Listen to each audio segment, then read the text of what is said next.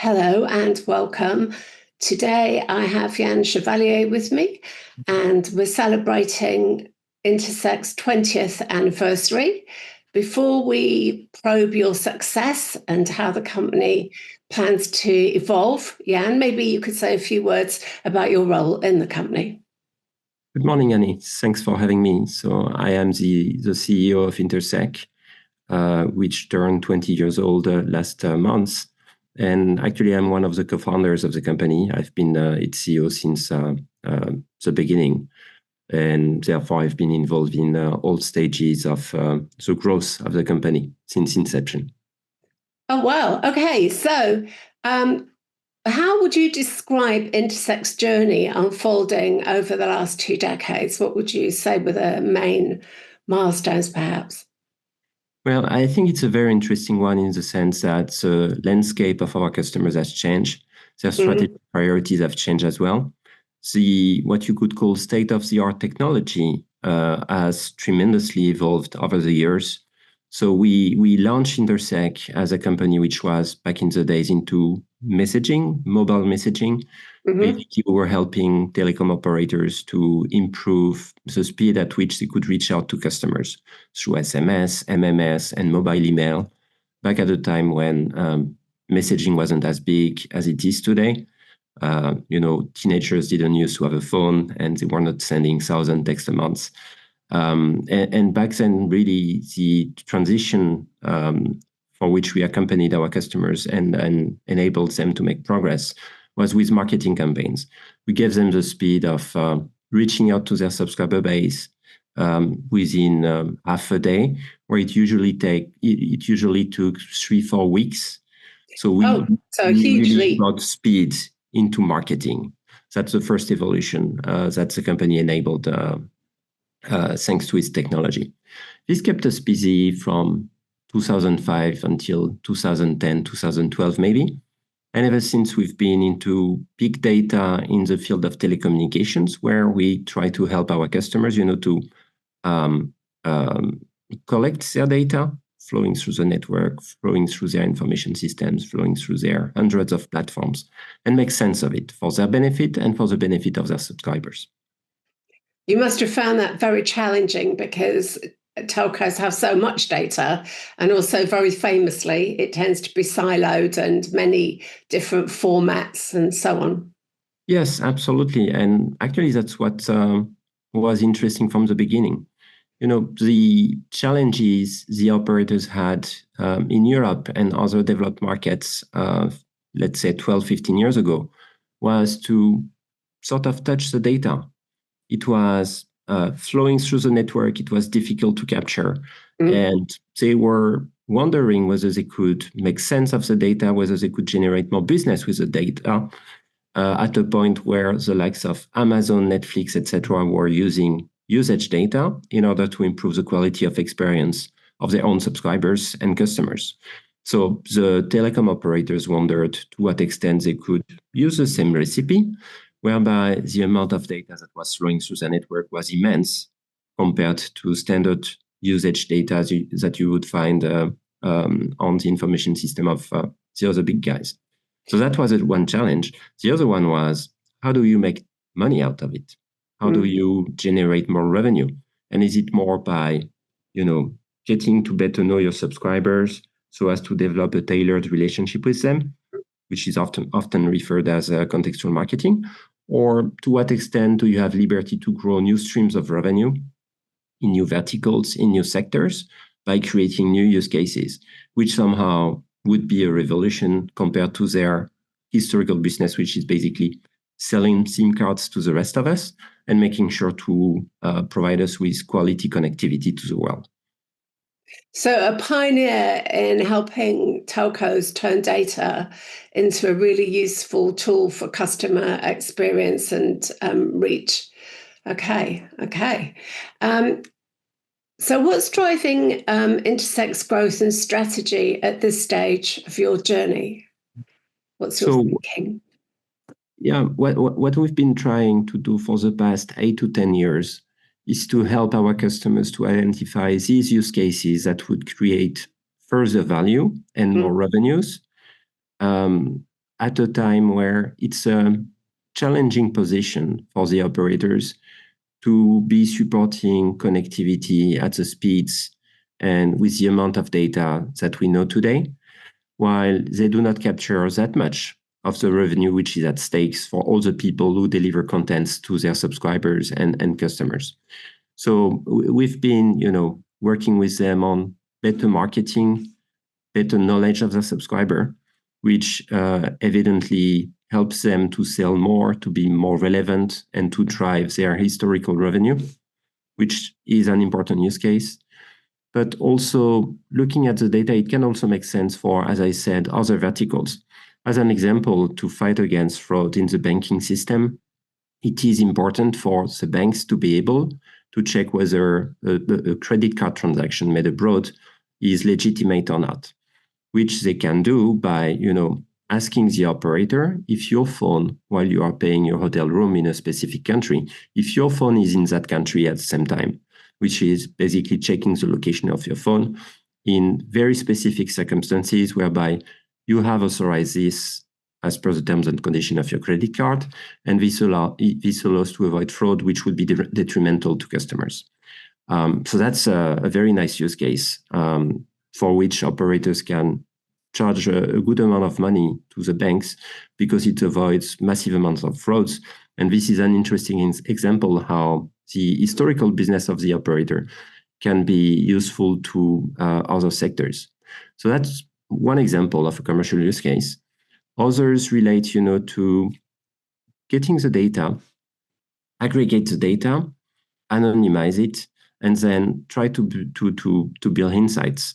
For example, upon the COVID pandemic, we were very much involved in providing population movement models to the relevant Ministry of Transportation, Ministry of Health, in order to help them to forecast the evolution of the epidemics and prepare the state reaction on the ground by orienting vaccines or supplies to hospitals based on the data.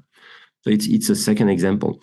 And looking at it from the perspective of a contribution to society, effectively public safety is something where the data of the operators has a lot of value.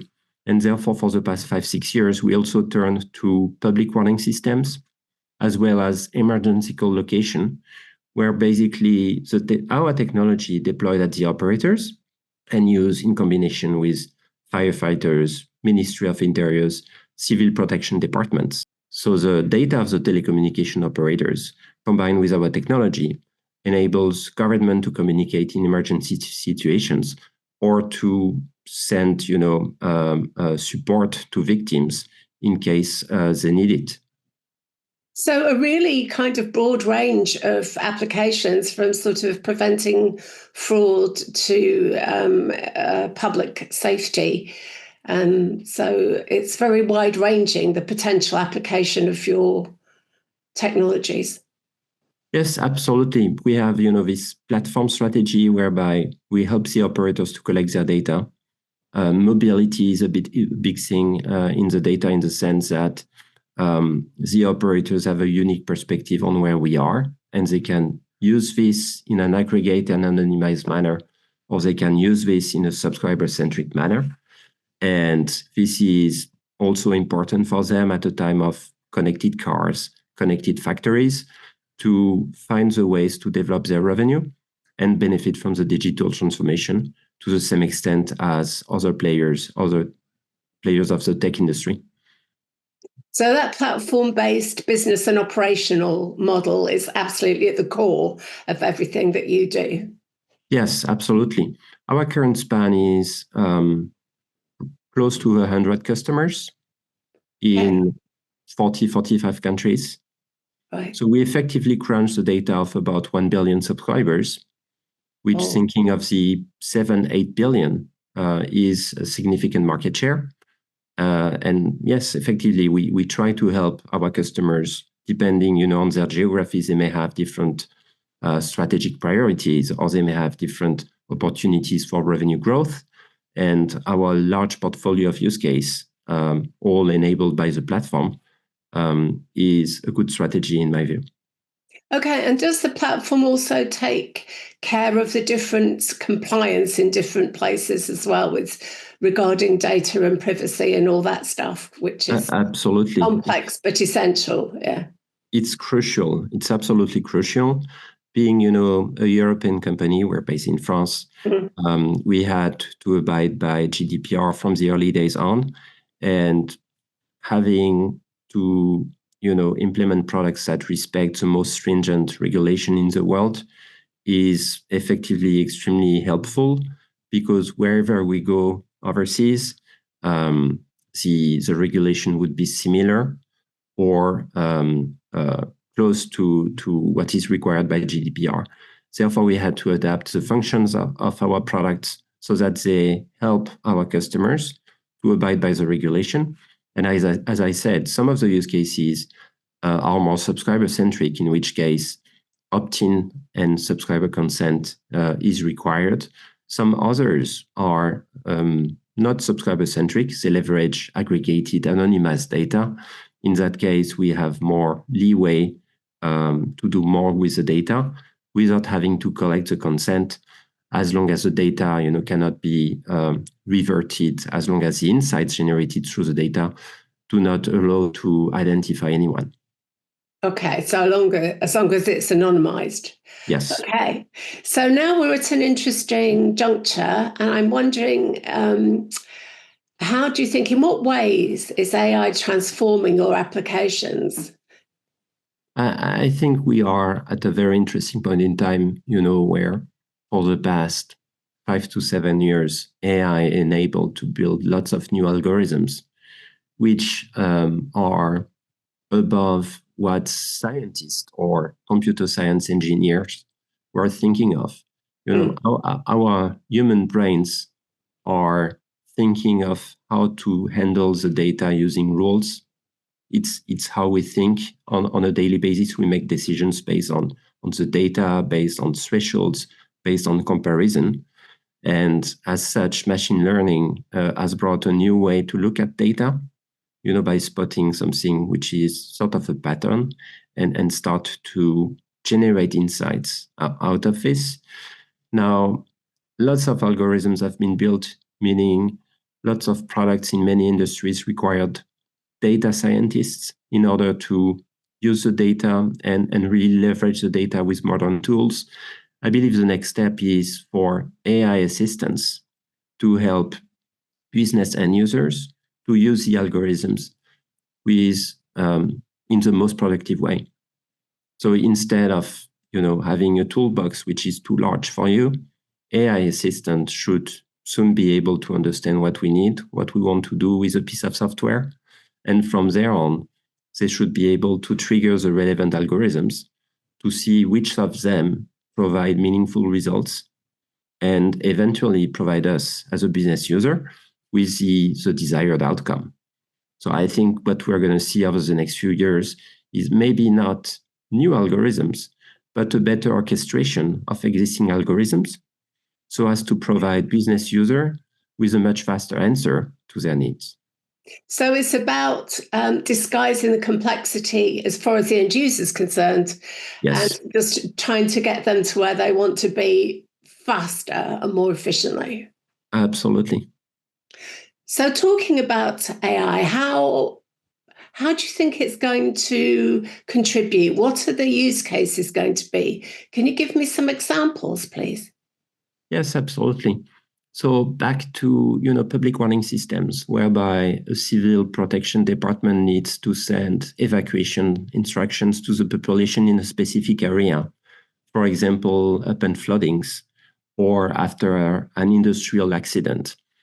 Then they may need to manage lots of people, and they actually may need to send differentiated instructions depending on whether people are very near the accident site or very near to the rivers, and depending also where they might be a bit far off.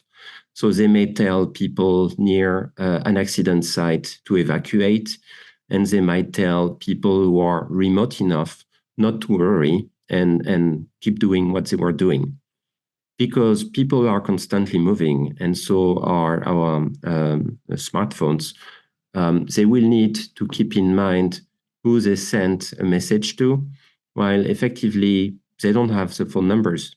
The firefighters, civil protection, whenever they send evacuation instructions, they don't have the phone numbers. The operators do not reveal private data. And that's where there is here a level of complexity whereby people sending evacuation instructions, they want to send the right message to people close to the site. They may want to send other instructions to people who are away from the site, and they may have to communicate again after 30 minutes or after 1 hour, depending on people who were back then upon the first message. And that's quite difficult to apprehend. And that's where this AI assistant will keep in mind who received what and enable firefighters to send relevant communication as the crisis unfolds and until resolution. This also involves, displaying, for example, density maps, so as to enable these firefighters to understand whether people are actually evacuating, because they can see, the colors on the maps that are changing, or whether something might be blocking people, in which case they might need to send more teams on the site. So these would be the sort of day-to-day difficulties, whereby there is no good answer at the moment, while these AI assistants will offer much more opportunities to the end users. And I suppose also you don't want to displace people unnecessarily, because that adds to the chaos, doesn't it? And the general difficulty of addressing the situation. Exactly, you got it. Now, Yann, you have many long-standing customers. Why do you think they stay loyal to your company? Well, I tend to think that there are two main reasons. The first one is, our product simply works. It does. Okay. It delivers a promise. It does what we said it would do. And as the business outcome is important to our customers, whether they are mobile operators and want to generate new revenues, whether they are civil protection departments and they want to make people safer, our product works. And these are complex systems, as you said, capturing tremendous amounts of data. Therefore, when it works, why would you change? Second, we've been investing a lot into innovation from the beginning, typically a quarter of our revenue. We have a large research and development team, and we have had for the past 20 years. So this gives us the opportunity to lead our segment of the market by providing state-of-the-art technology and by being one of the leaders in our field for innovation. Therefore, our customers remain loyal because they see good use cases coming from us on a regular basis. Okay, so you're constantly offering them more. Yeah, okay. Absolutely. Yann Chevalier, thank you very much. Thank you, Annie. Thank you very much.